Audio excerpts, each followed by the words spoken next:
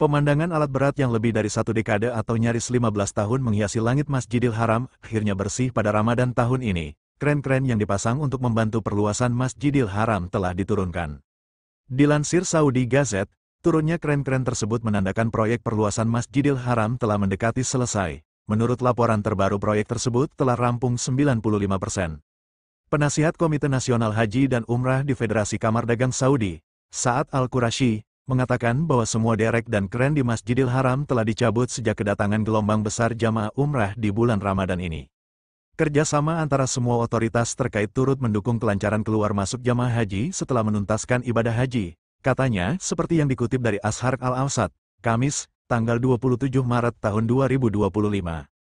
Proyek perluasan Masjidil Haram sudah dimulai sejak Juni tahun 2010 lalu. Perluasan ini merupakan proyek ketiga sejak Masjidil Haram didirikan dan termasuk yang terbesar. Tujuan dilakukan perluasan adalah untuk meningkatkan jumlah kapasitas jamaah yang bisa beribadah pada waktu bersamaan di sana.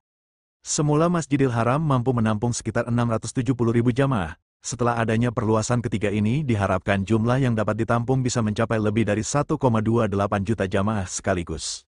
Ide perluasan ketiga ini diprakarsai oleh Raja Abdullah dengan bimbingan dan dukungan dari penjaga dua Masjidil Haram, Raja Salman, putra mahkota sekaligus Perdana Menteri Mohammed bin Salman.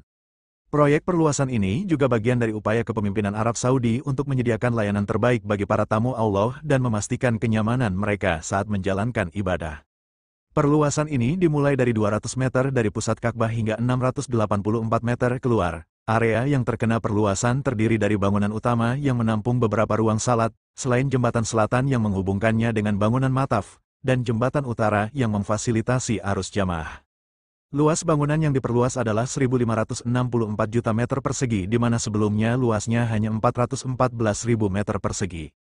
Bagian yang diperluas adalah area salat menjadi 912.000 meter persegi. Jumlah toilet meningkat dari 3.515 meter persegi menjadi 16.726 meter persegi, dan fasilitas wudhu dari 2.479 meter persegi menjadi 12.639 meter persegi.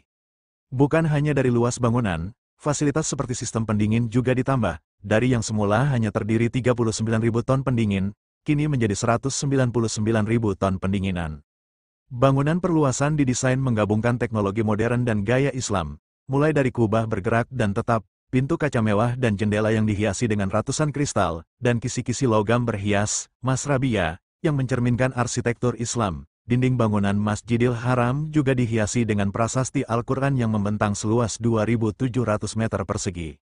Gedung layanan vital dan plaza-plaza di sekitarnya juga dikembangkan untuk memenuhi kebutuhan para jamaah selama di Makkah. Sementara itu, menengok kejadian pada tanggal 11 September tahun 2015, sebuah kren jatuh dan menimpa ratusan jamaah. Menurut laporan, 108 jemaah di mana 12 diantaranya adalah jamaah Indonesia yang menjadi korban kejadian tersebut. Kren tersebut jatuh ke area dalam Masjidil Haram karena terjadi hujan badai.